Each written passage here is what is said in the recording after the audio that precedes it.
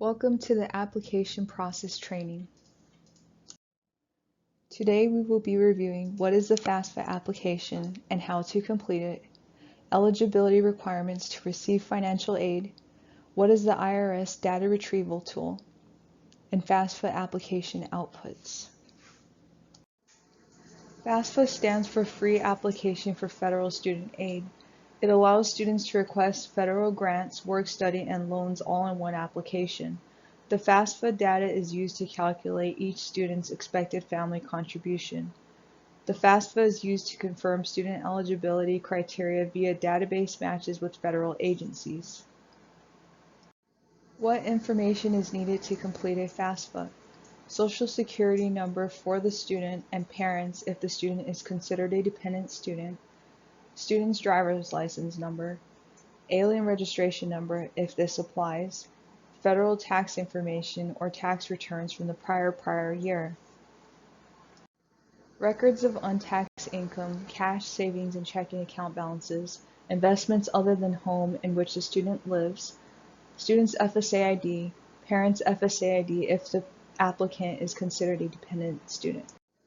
To qualify for federal student aid, each student will need to have a high school diploma, GED, or have completed a high school education in a homeschool setting, be enrolled or accepted for enrollment as a regular student in an eligible degree or certificate program, be registered with Selective Service if the student is male, have a valid Social Security number, sign a certifying statement on the FAFSA form stating that they are not in default on a federal student loan and do not owe a refund on a federal grant, and they will use the federal student aid only for educational purposes.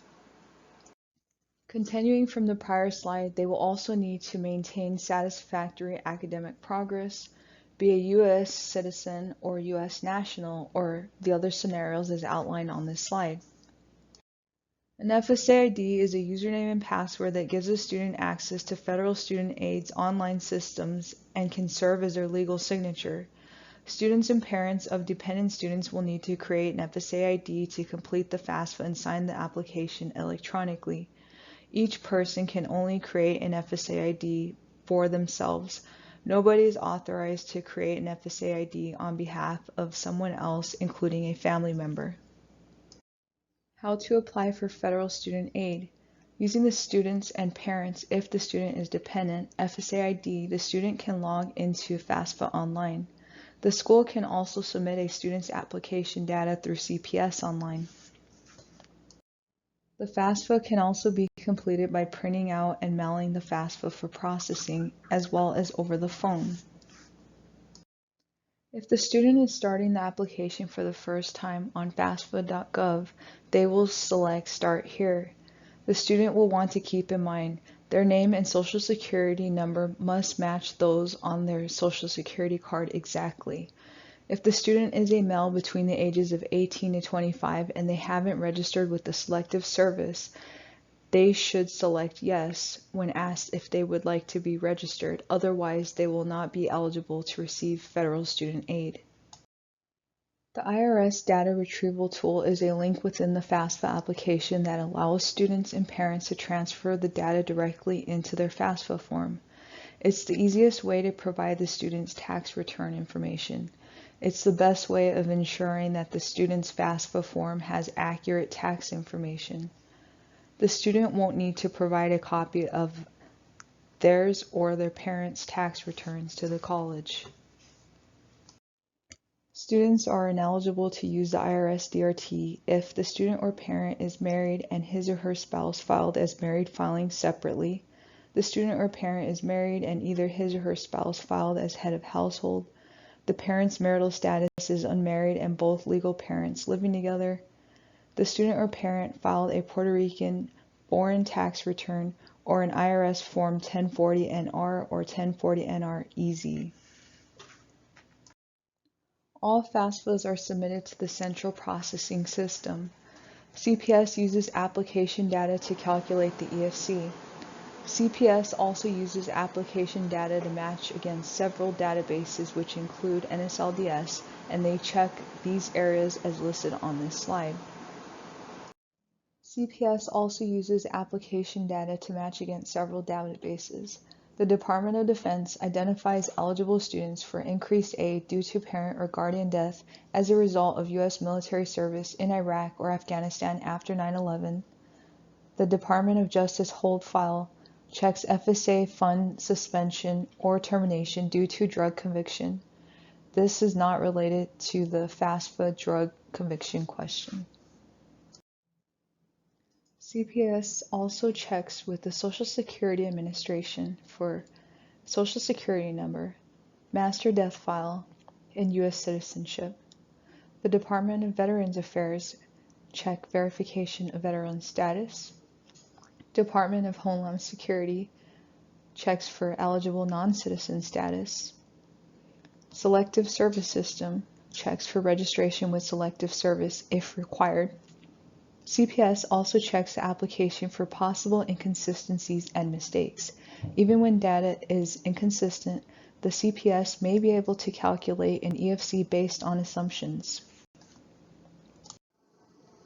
After processing is complete, the CPS produces a student aid report which is sent to the student. The SAR will show the information the student originally provided, the EFC, the results of the eligibility matches, information about any inconsistencies identified through the CPS edits, any reject codes, any C codes, verification selection, and if the FAFSA is rejected, CPS will not be able to calculate an EFC, so the SAR will show no EFC. After processing is complete, the CPS produces an ISAR. This is made available electronically to the schools the student listed on the FAFSA. The school will only receive an ISAR if the student included that school on their FAFSA.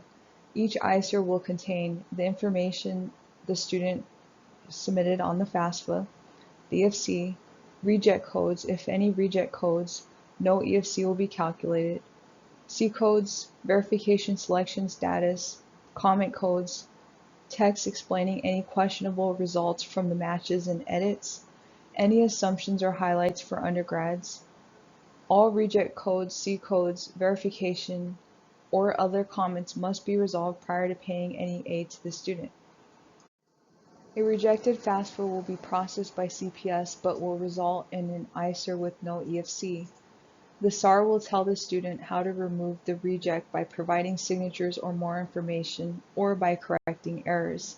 A student is ineligible to receive federal financial aid until a clean ISAR is received. This is a high-level overview of when a student completes a FAFSA and how CPS processes the information. The EFC is an index number that financial aid staff use to determine how much financial aid you would receive if you were to attend their school. The information the student reports on the FAFSA form is used to calculate the EFC. The EFC is calculated according to a formula established by law. The student's family tax and untaxed income, assets, and benefits all could be considered in the formula. Also considered are the student's family size and the number of family members who will attend college during the year.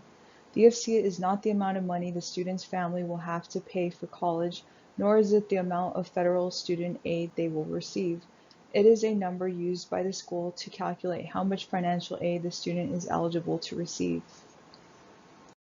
Thank you for attending. If you have any questions, please reach out to your leader for further assistance.